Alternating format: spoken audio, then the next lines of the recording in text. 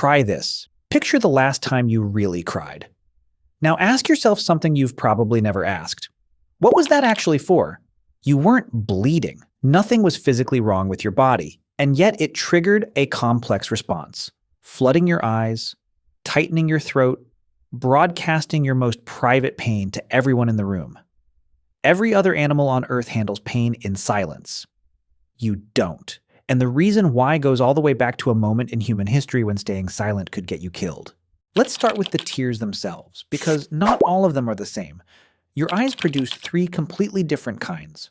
The first is basal tears, a thin film coating your eye every second of every day just to keep it from drying out. The second is reflex tears, the flood that comes when you chop an onion or take a fleck of dust to the eye.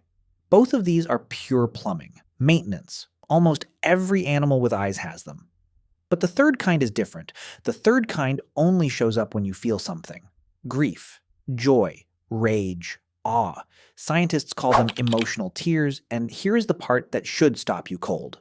As far as we can tell, you are the only animal on the entire planet that produces them. Other animals have eyes. Other animals have feelings. Elephants mourn their dead. Dogs grieve. Apes throw tantrums that look heartbreakingly human, but none of them cry about it. Not one.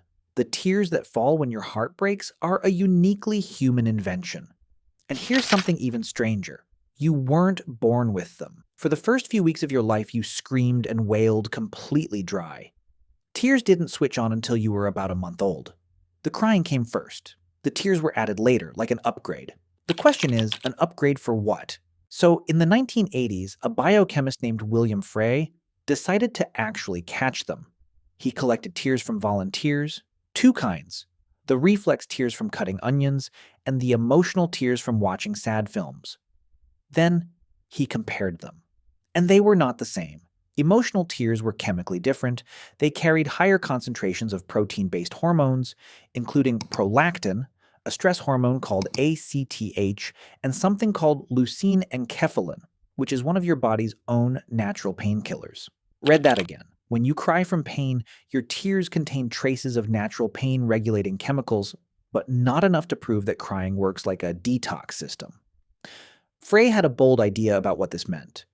He proposed that crying is detox, that emotional tears physically carry stress chemicals out of the body, that a good cry isn't a metaphor, it's a drainage system. And for decades, that explanation was everywhere. It felt right. It's why people say they feel lighter after they cry. But here's what nobody tells you. The theory mostly fell apart. Because when other researchers tested it, the numbers didn't add up. The amount of stress hormone you lose in a few milliliters of tears is microscopic, nowhere near enough to change how you feel. And that famous after-cry relief. A Dutch psychologist named Ad Vingerhouts, who has spent his entire career studying why humans weep, found something that didn't fit the story at all. People don't reliably feel better after crying. A lot of the time, they feel worse. What actually decides whether crying helps comes down to one thing, and it isn't chemistry. It's whether someone comforts you. Cry alone in an empty room, and you often feel just as bad afterward. Cry while someone holds you, and you feel better, which points to something Frey missed entirely. Crying was never really about your own body at all. It was about the people around you.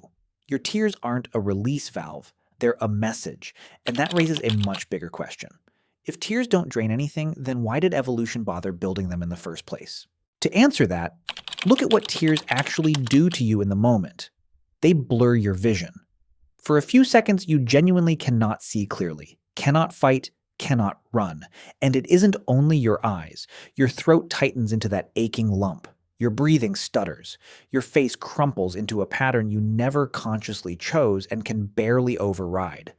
The whole cascade fires on its own, the instant the feeling crosses some invisible threshold, whether you want it to or not. An evolutionary biologist named Orrin Hassan pointed out how bizarre that is.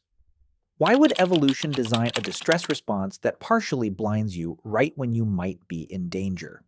His answer is that the blinding is the entire point. Tears are what scientists call an honest signal. By handicapping your own vision, you broadcast to everyone watching that you are not a threat. I have dropped my guard. I need you. And it's a signal that's almost impossible to fake convincingly, which is exactly what makes other people trust it. There's a reason a face with real tears stops you in your tracks. In one study, researchers took photos of crying people and digitally erased the tears. The same faces with the wet streaks removed suddenly became hard to read. Were they sad? In pain? Nobody could quite tell. Add the tears back, and the message snapped into focus instantly. And people became far more willing to help. The tears weren't decoration, they were the entire signal. And it goes deeper than what people see.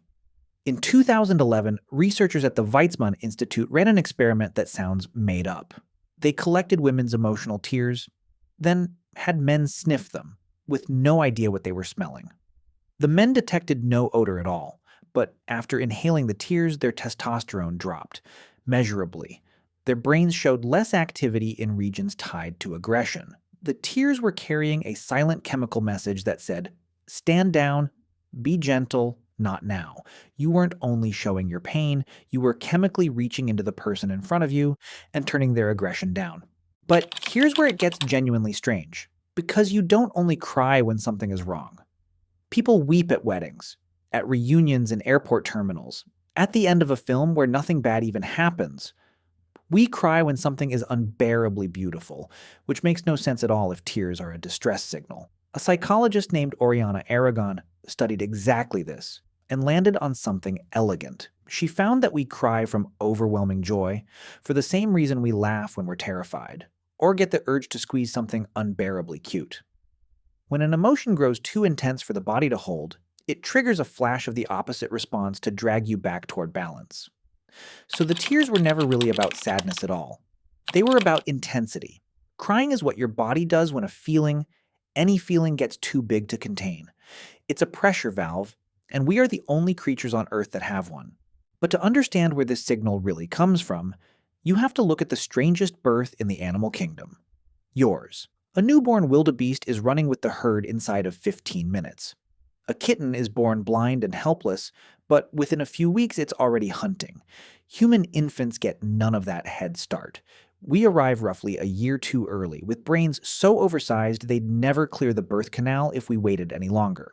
So we're delivered unfinished, soft-skulled, unable to grip, to roll, even to lift our own heads, leaning on another person for survival longer than any creature alive. And something that helpless needs exactly one thing above all else, a way to summon help across a distance. In the dark, when it cannot move and cannot speak. So it cries. The infant cry is the oldest, loudest, most undeniable signal in the entire human repertoire, tuned by evolution to be physically impossible for an adult to ignore. It reaches into the adult brain and grabs. And here's the part that lands. We never fully grew out of it. The tears you cry as a grown adult are built on the exact same ancient machinery as that first newborn scream. When the loss is too big, when the joy is too overwhelming, when you've run completely out of words, your body reaches past language and pulls the oldest lever it owns, the same one you pulled on your very first day alive. A signal that says, "I cannot carry this by myself." And that is the real reason tears exist. Not to drain toxins out of you, to pull other people toward you. We are the most relentlessly social species that has ever existed. For 300,000 years, no human survived alone. You needed your group, and your group needed a way to know, instantly and honestly, the moment one of its own was breaking. So evolution handed us a signal that cuts straight past words, past pride, past pretending. A flag the body throws up when the mind has run out of options, which makes what we eventually did with it almost tragic, because somewhere along the way, we decided this signal was something to be ashamed of. We told boys it made them weak. We built whole cultures around swallowing it, apologizing for it, saving it for behind a locked door. We took the single most honest thing a human body can do, and we trained ourselves, generation after generation, to hide it. The stiff upper lip, the stone face. The quiet agreement that a strong man, a composed adult, A serious person is one whose eyes stay dry no matter what is happening underneath. We took a survival signal 300 millennia in the making and recast it as a character flaw. So the next time your throat tightens and your eyes start to sting, and every instinct you've ever been taught screams at you to hold it together, understand what is actually happening inside you. That isn't weakness leaking out. That is 300,000 years of evolution doing precisely what it was built to do, reaching for the people around you in the only language older than speech. Every other animal on Earth suffers in silence. You were handed something they never got, a way to be carried. We just spent the last few centuries quietly teaching each other to refuse it.